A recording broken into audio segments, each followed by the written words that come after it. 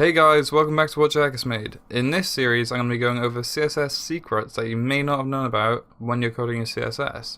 And in this first episode, I'm going to be showing you the important rule that you can apply to CSS. So, to start off, I have a div with the ID important and a h1 tag with some text in it. So if we display what it looks like now in the browser, it's just a plain file with no CSS rules applied.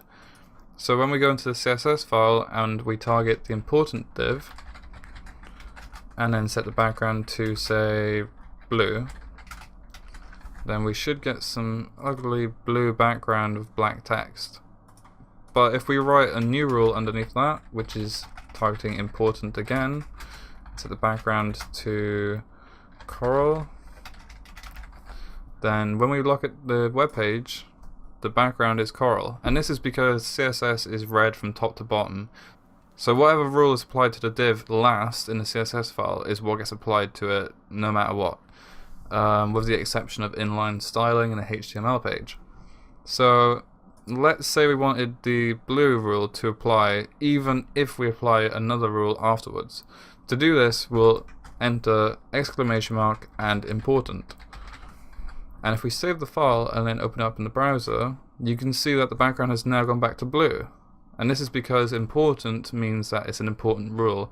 This rule cannot be overwritten by changing it later on.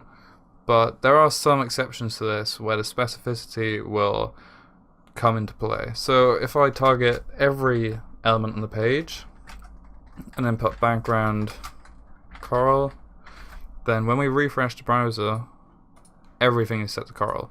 So there are some exceptions where it will overwrite it, but in terms of its normal specificity, if you apply the important rule and there is a rule afterwards, that rule afterwards will not change the initial rule that you set out at the start. So yeah, this is just a really quick and easy tip to learn for CSS rules. I didn't know about this and I've been coding for around 2 or 3 years, so you know, it does help to learn these little CSS secrets as they can come in handy when you're coding.